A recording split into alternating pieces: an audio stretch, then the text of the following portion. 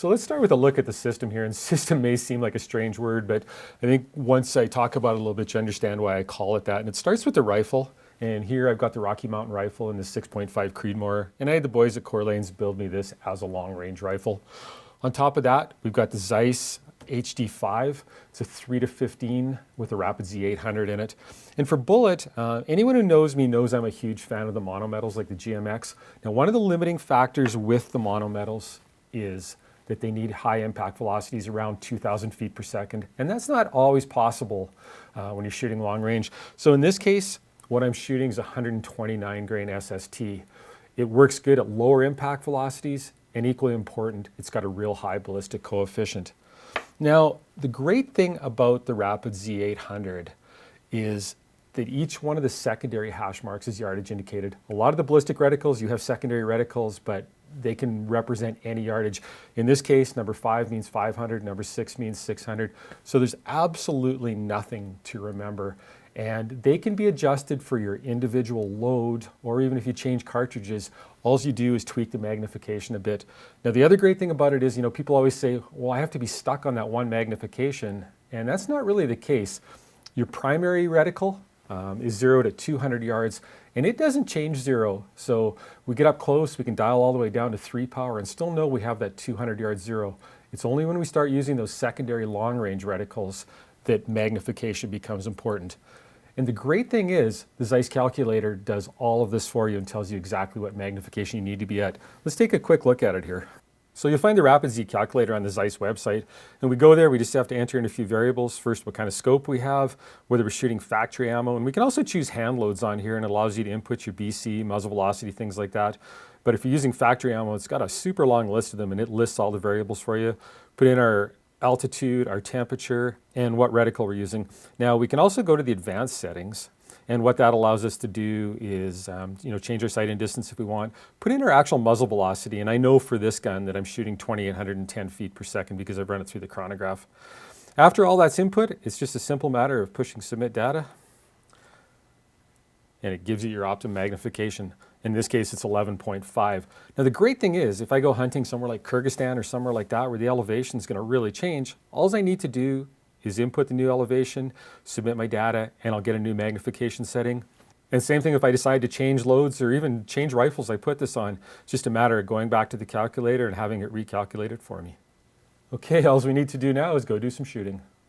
Typically, we're working with a 200 yard 0. You can shoot at a 100 yard range and know that you're going to be a certain number of inches high. I think in this case, it's about 1.5 inches high at 100. And the Zeiss calculator will tell you that. Personally, I prefer to go right to 200 and make sure I've got that perfect 0. Now, I think one thing that confuses people about reticles like the Rapid Z is they're like, well, you always have to be on that magnification when you're shooting, and that's not 100% true. When I'm on the primary reticle, and that's what I'm going to put my 200 yard 0 at, I can be at any magnification and my 0 won't change. So if I'm close range hunting, no big deal. I can dial, in this case, all the way down to 3 on the 3-15 scope. It's only when I start using the secondary hash marks on the reticle that I need to make sure that I'm on the proper magnification. So in this case, when I'm at the range, I'm going to crank it right up to full max. I'm going to crank it to 15 power. That gives me my most precise point of aim. And from there, it's just a matter of anytime I want to do longer range shooting, I have to go to the appropriate magnification, which is 11.5. Well, that looks pretty good. I'm just going to put a couple more in there, but that one was dead on. Wow, that looks perfect. So this is our 200 yard 0. We shot at 200 yards and we wanted exactly 0 to 200 yards. And you look at that group, that's why we shoot Rocky Mountain rifles. You need a really accurate rifle when you're doing long range shooting. So now we've got our 200 yard 0. Now we want to go truth that rifle at longer range. So what we're going to do is we're going to go out to 500 yards and truth it. We know the magnification that the computer told us to be at, and quite honestly, I've never had to vary from that magnification at all, but you do want to truth it at long range. There's two things that can affect that magnification a little bit in the numbers you run into the computer. There's that old saying in science, garbage in, garbage out. So if you don't input the right data, you're not going to get the right magnification out. And the two things that really, really affect it are muzzle velocity and ballistic coefficient of the bullet. So you need to know the muzzle velocity of your rifle. You can read what it says on the box or in the reloading manual, but that doesn't necessarily mean your rifle could be 100 or even 200 feet per second difference. When we start getting out 600-700 yards, that could be monumental. So you need to run your load through a chronograph. Second, you need to know the ballistic coefficient of the bullet. Now, Hornady seems to be pretty honest with their ballistic coefficients, and I use the numbers in the book for them. Some companies, maybe not quite so honest, but really important that we go to long range and truth it. So let's go set up the gong at 500 yards and see what happens. So now we're going to be using the secondary reticles on the crosshair on the Rapid Z, and I'm going to be using the number 5, the 500-yard crosshair. Now, you'll notice we're off the bench. I don't like shooting off the bench other than checking my primary zeros. Things can change a lot when you get out in the field with your long-range shooting, so I like to shoot under the actual field conditions I'm going to be shooting at. And I love to shoot with a bipod on my gun. And I know some people think they're a little bit heavy, a little bit cumbersome, and they can be. But unless weight's a real issue, like say with sheep hunting or goat hunting or something like that, I'm going to run with the bipod on the front. If weight is an issue, I can shoot off the pack or something like that. But for the most part, having that bipod on there is just so steady that I'll put up with it. Now, some guns will change zero when you put a bipod on them. We run Macmillan stocks in all our guns. I've never had one change zero with a bipod, but I certainly know people who have. Now, you'll also notice that I've got this jacket under the back here. And for me, having a backrest is every bit as important as having a front rest. And if you can get that back steady and front steady, and that's on the target, really there's nothing to do at that point but to pull the trigger. So really important that you do get a backrest. Some guys will even carry like a bench rear bag with them. For me, I just find a jacket works pretty well.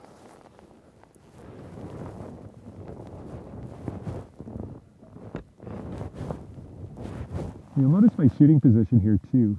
I got my free hand back here. This is why I like really low recoil rifles. I don't have to worry about this rifle jumping up and biting me in the eye or anything like that. If I get my hand up here, I'm starting to throw my balance off. I'm going to shake. If I can get it back here, tuck it in.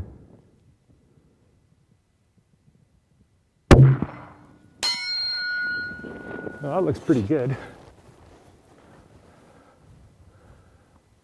Oh yeah, dead on. I'm just gonna shoot a couple more here. Now, you'll notice one thing I did, and I think this is a really good habit for everyone to get into. I've got a really good cheek weld when I'm shooting. Some people really develop a bad habit. When they shoot, they go like this to see where they hit. You're never gonna see better than through your rifle scope. I've got this on 11.5 power. It gives me a pretty good view. If I lift my head up, I'm looking at 1 power. But the other thing, a lot of people, it happens. They develop really bad habit. As they're squeezing the trigger, they'll start to lift their head. And typically what that does is drop the gun down. So what I like to do, just squeeze that trigger, give lots of time for the shot. If I can see where it hit perfectly, it may be 4 or 5 seconds before I even think about lifting my head. Let's just fire a couple more here and see how that worked out.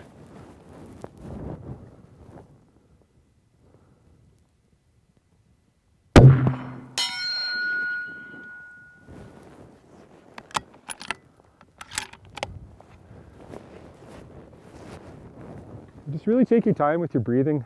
Long range shooting isn't a time to rush things. I mean, the system we use is super fast. There's no turrets to turn or anything else. It's just a matter of ranging using the right crosshair. But once you get into shooting position, make sure everything's 100% steady. If I take my hand off that gun right now, those crosshairs don't move off the target. So that's really, really important to me. So no complaints about that. I've got 2.5, 3-inch group there at 500 yards. So well sub MOA. Considering we had a little bit of wind today, I'll definitely take that. So that's the great thing about the system, and hopefully you're seeing why we call it a system now. The bullet, the scope, and the rifle all have to work together. And the great thing I liked about this, it's just fast. There's really nothing to do but range, point, and shoot. They said we're not long-range hunters by any means. If we can get close and right in their faces, we'll take that option every time. But we have the gear, and we practice enough throughout the year that we have the skill that if we do need to take those long-range shots, it's no problem to do it.